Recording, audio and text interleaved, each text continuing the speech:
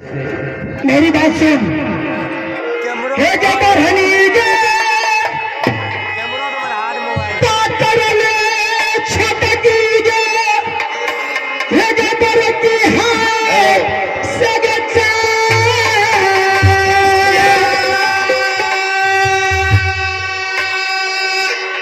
हे जबर मनले छटकीगे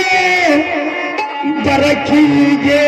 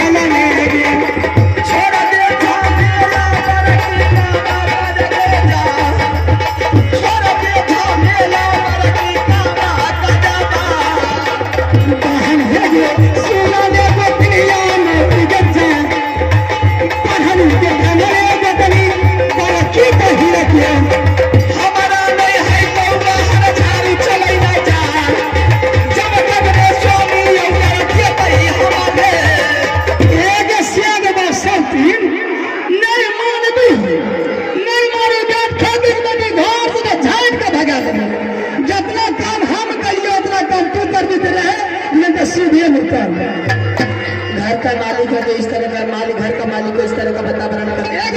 हमें तो बताना कि बेगारी क्या धगा बता लगी है भैया जे वजह से सुन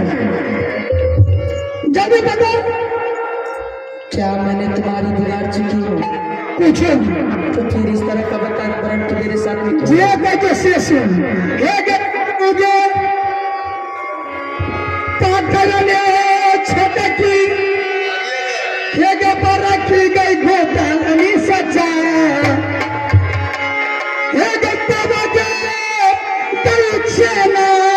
मिल गई गे रन जैसे होना